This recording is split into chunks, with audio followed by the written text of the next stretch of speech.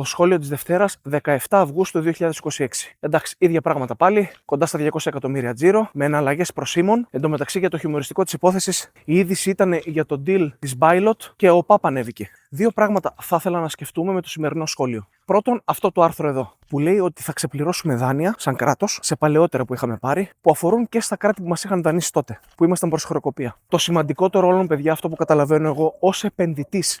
Γιατί θα ήθελα να το δούμε επενδυτικά αυτό και να μην μας τρώει γκρίνια. Παρόλο που μπορεί να μου πείτε μερικοί ότι ξεχρεώνονται χαμηλότοκα δάνεια πρώτα, ενώ θα έπρεπε να ξεχρεώσουμε πρώτα τα υψηλότοκα. Αλλά όπως σας είπα, ότι κάποια είναι και κρατών και καλό είναι τα λεφτά που αφορούν σε κράτη να επιστρέφονται πιο γρήγορα. Είναι, παιδιά, ότι μειώνεται το credit risk της Ελλάδος. Και μαζί με το credit risk που μειώνεται και παίρνουμε εμείς πόντους αξιοπιστίας από τα funds γενικώς, πέφτει μετά το επιτόκιο δανεισμού 5 ετών, 10 ετών, 30 ετών ομολόγων. Φυσικά δεν το βλέπεις εσύ αμέσως στην τσέπη σου αυτό, αλλά έτσι πάει η δουλειά. Και μαζί με το credit risk που μας ενδιαφέρει εμάς τους επενδυτές, ευνοείται και το χρηματιστήριο. Διότι, παιδιά, κακά τα ψέματα, ένας ξένος επενδυτής Βέλγος που θέλει να επενδύσει στην Ελλάδα, πρώτα κοιτάει το credit risk της χώρας. Δεν κοιτάει τον Τιτάνε και το Μυτιληναίο. Είναι φίλτρα αυτά συγκεκριμένα.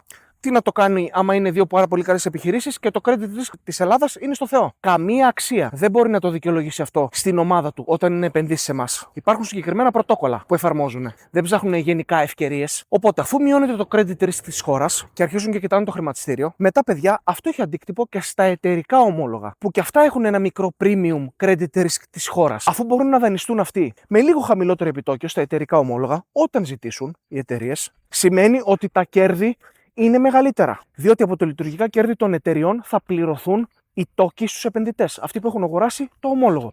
Και μετά έχουμε μεγαλύτερα καθαρά κέρδη, μεγαλύτερα μερίσματα στους μετόχους και όποια εταιρεία επιλέξει να κρατήσει χρήματα από αυτά για να αναπτυχθεί. Οπότε υπάρχει μια αλληλουχία, παιδιά, να το δούμε επενδυτικά. Και θα ήθελα να το συνδυάσω αυτό και με τις αξιολογήσεις που έρχονται από το φθινόπωρο, που πρέπει να είναι 3-4, που θα αξιολογήσουν το κρατικό ομόλογο ουσιαστικά, όλοι αυτοί οι επενδυτικοί οίκοι που αξιολογούν, και σε συνδυασμό και με τη ΔΕΘ το Σεπτέμβρη, που αν ανακοινωθεί μείωση φορολογίας σε επιχειρήσεις, αυτό καταλαβαίνετε έχει αντίκτυπο και στις εισηγμένες στο χρηματιστήριο. Δηλαδή, και το credit risk θα μειωθεί. Και πώς μειώνεται αυτό στο χρηματιστήριο? Ξέρετε πολύ καλά ότι κάποια πράγματα προεξοφλούνται στο χρηματιστήριο. Όπως το credit risk της χώρας, όπως πιθανή αναβάθμιση, όπως μείωση της φορολογίας, η οποία θα εφαρμοστεί από τον Ιανουάριο, αλλά θα προεξοφληθεί, παιδιά, από το Σεπτέμβριο στο χρηματιστήριο. Και θα συνδυαστεί και αυτό και με την μετάβαση του ελληνικού χρηματιστηρίου από τον FTSE και από τον Stock 600 στις ανεπτυγμένες αγορές, και γενικά το ενδιαφέρον το Σεπτέμβριο είναι πάρα πολύ μεγάλο. Και το άλλο το οποίο θα ήθελα να δούμε, για να ασχοληθούμε και λίγο με το αμερικάνικο χρηματιστήριο, είναι με την Berkshire Hathaway, που όπως βλέπετε και εδώ αύξησε κατά πολύ το μερίδιό της στην Google Alphabet. Και όταν διάβασα το άρθρο, εγώ το πρώτο που κάνω, παιδιά, είναι να μπαίνω στο Yahoo Finance. Δεν κάνω διαφήμιση. Για να δω εκεί κάποια ποιοτικά χαρακτηριστικά. Διότι βοηθούν πάρα πολύ τον επενδυτή. Και μπήκα λίγο να τα διαβάσω.